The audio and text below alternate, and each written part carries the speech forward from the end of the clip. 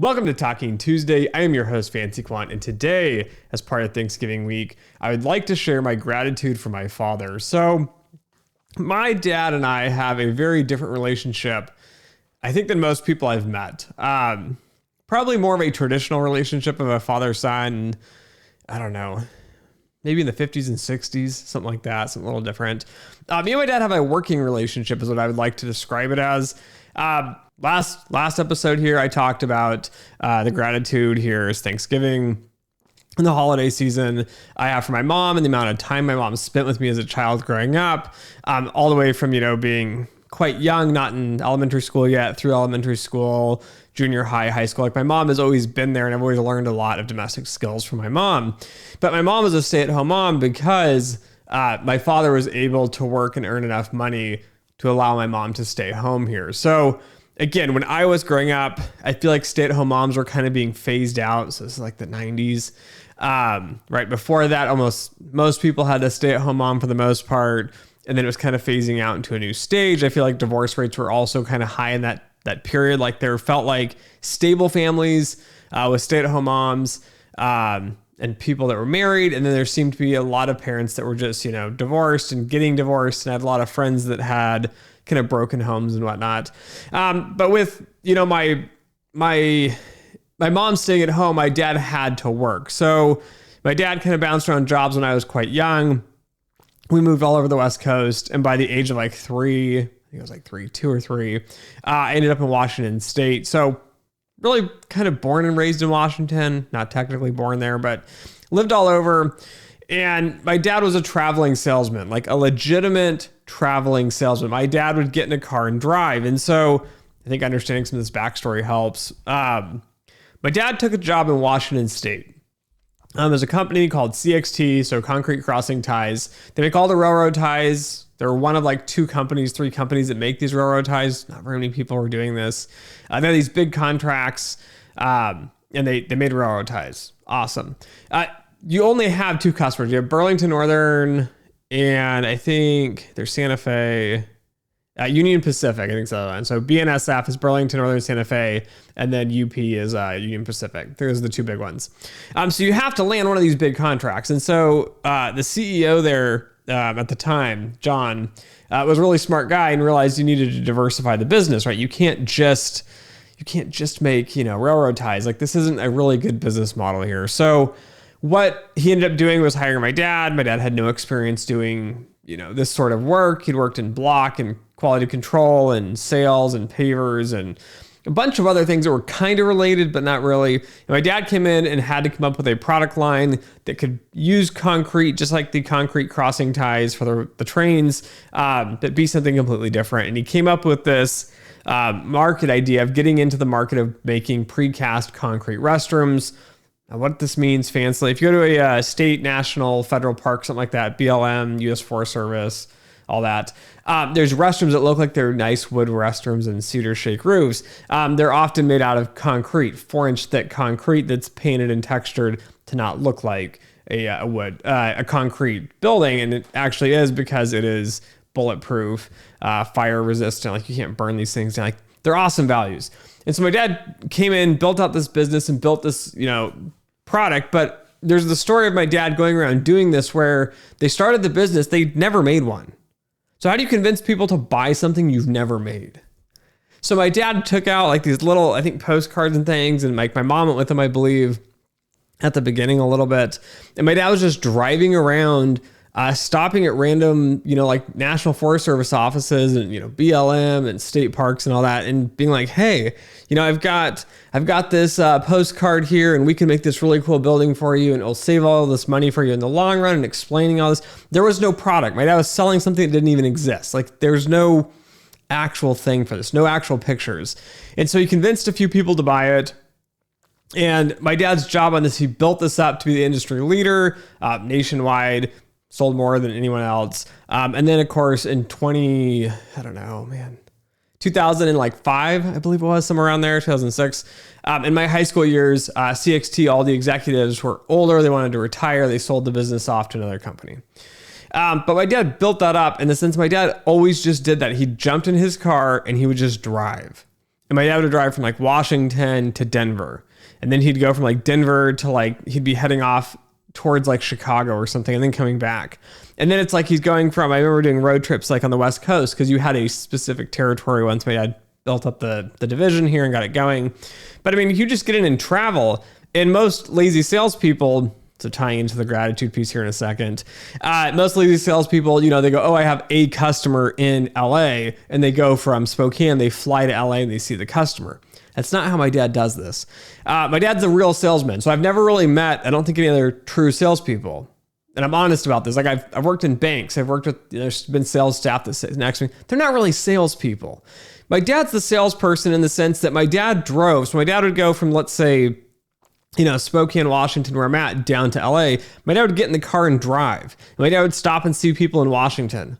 And he'd stop and see people in Oregon. And he'd just stop by random offices. No invitation, no scheduling, nothing. My dad would just stop and say, hey, I'm here to see the head of parks for whatever, whoever's head of purchasing or, you know, landscape architect for this project or field or whatever. And my dad would just stop in randomly and ask for these random people, right? Just show up on their doorsteps.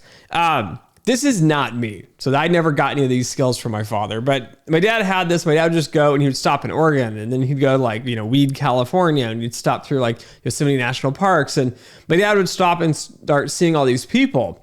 And over time, my dad built this relationship where my dad just knew all these people in the industry because it took him so many years of building this firm up that when CXT and Nick Bianco were these two names that were just kind of tied together, it was one brand for a long time until they sold the company and things went sideways as businesses do.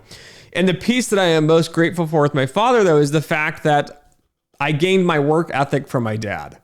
So I remember, to take you back a little, my dad traveled a lot when I was a kid, so he wasn't home every night, you know. But the things that we did together, we would rake the pine needles in our yard. We would wash the cars. So some of my best memories with my dad would have the radio going. We'd have like the oldies tunes playing, like, I don't know, like 70s music. Even like disco. My dad was into disco and everything. We'd have the music going, and it's like we're out just talking about, you know, school for the week or, you know, church or I don't know what's going on. And we're out just washing the car and the music's playing. And when I was younger too, my dad bought a 1966 Mustang. We also have a Fairlane, which I have in my garage. I'm going to rebuild the thing, but we'd be out there just working. And I distinctly remember raking pine needles with my dad one day. And my dad said to me, because I never knew my grandfather that well, but my dad said, you know, your grandfather used to say, you better learn to love to work because you're going to do it the rest of your life. And so my grandfather also was a really hard worker. I was an Air Force mechanic, and then went and became an auto mechanic and did a bunch of other things. And this piece is what stuck with me. And this is kind of my dad's relationship with me, is that when I was a kid, right, my dad was busy. So when my dad would get home and we'd have time, it'd be, you know, raking the yard, raking the pine needles. It would be, you know, building a fence, building a driveway. Like these are all skills that you need, right? I learned a lot of the domestic skills from my mom, as I mentioned in the first episode, but for my dad, I was learning how to lay paver driveways. And my dad had a friend and they brought a backhoe, and I'm like, I don't know, 8 or something or 10. And I get to like, you know, kind of play with the backhoe, and they're showing me how things work. And of course they help and get going and everything. And then me and my dad are out there, you know, pouring sand and tamping it down and laying pavers. And then we're like building a fence, and like, there's all these things I'm learning. We did a lot of painting and staining as a kid. So, you know, sanding down the deck and restaining the deck. I learned these skills from my father, but this is how our relationship really built. This is how my dad kind of ingrained in me the work ethic piece. Was like, I wanted to spend time with my dad, and my dad was always busy. He was working. And so as a kid, I think it's a great opportunity to really learn the skills, but also kind of to build in that work ethic into your lifestyle here. And this is part of what kind of created my whole, you know, I have my quant shirt on today. It's built my quant empire, right? My YouTube channel. It's built my job, my skills. It's the fact that I don't look at work as like this thing like, okay, I work my 9 to 5 and then I go home. And I hear people say this all the time, and it drives me nuts because I live to work. right? Everything is work, no matter how you dice it up. Cleaning your house, fixing your yard, taking care of your cars, taking care of your kids. It's like a job. Right? These are all things that you work. You're doing things to make things better, but you work in your house because you want your house to get better. You work a 9 to 5, hopefully because you actually like doing what you're doing. Now, yeah, you're going to deal with difficult people. I understand this. But you need to learn to love to work. When you learn to love to work, life gets a whole lot better. And it's one of these things I'm really thankful for my father for, kind of imparting this wisdom on me, and the fact that my dad just made a statement. I don't think my dad intended it for it to like stick with me with life. But it's stuck with me. And it's also the example piece, right? My dad never said, go out there and be a hard worker. And then, was sitting on the couch drinking beer and watching sports. We don't watch sports really in my house at all. My dad doesn't watch any sports. None. Zero. Doesn't matter if Super Bowl's on. Doesn't matter if, other leagues on. We don't watch any sports. I'm kind of the odd one out. I watch a little bit of motocross, a little bit of supercross, and a few college games of football here and there, or basketball, whatnot, just because I went to college for it. But I'm not really a sports guy. But again, it's this cultural atmosphere. I don't know how else to kind of articulate it, but the work ethic piece for my dad is probably the one thing that I am most grateful for. My dad's the hardest working person I know. My dad has worked all kinds of crazy jobs. And I spent a lot of time as a child as well, traveling with my dad. So I was a traveling salesperson, in the summer or whatnot. I just hop in the car and we'd be gone for like a week or two. Usually I think about a week, 3-4 days, something like that. We try to, go from Washington to Salt Lake and drive there and meet some customers and talk about restrooms. And I've been known to go to trade shows and conferences in the parks department area. There's even a few people thinking about it in my head right now. There's even a few people that their customers of my dad that just stuck into my head. I remember meeting them. I remember working with them. My dad was such a good salesperson on the same token of this that one of his customers became one of our investors when my dad started and ran a business for like 10 years or something like that. Again, it's the sales piece, it's the business piece, it's the work ethic piece here. Like I was always in tow. I was always, attending lunch with my dad and his colleagues, or I was, going on the road with my dad. These are all kind of experiences that kind of made me who I am growing up. It's why I talk so much about this on my channel as well. It's like you need to learn to love to do what you're doing for a living. If not, you're not going to do well at it. You're going to be unhappy. You're going to be mad because you hate doing it. You're not going to make much money because you're not good at it. Right? It's a skill. It's something that's lost, I think, on most people nowadays. We have these really Gen Zer, millennial, nonsensical, just like work the bare minimum and then go on vacation and, screw being financially stable. What you really need to do is, enjoy your money while you're young. Guys, this is all terrible advice. Like you need to go out and build this nice, stable life, financially stable, have a family, have kids, right? I know people say it's not for everybody. I get it, but it's these sorts of things is what drives success. It drives happiness in life and it drives meaning. And a lot of these things are things I've just kind of learned over the years from my structure, my life, and also working with other people and seeing how things have differed here.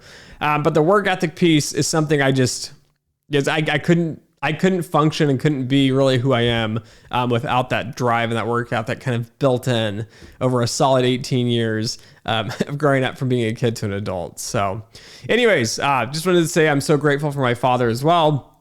I'm hoping you guys are grateful as well during this Thanksgiving and Christmas season. I'd love to hear in the comments below if you are on YouTube here, what you are grateful for. So thanks for listening. Thanks for watching. And as always, until next time.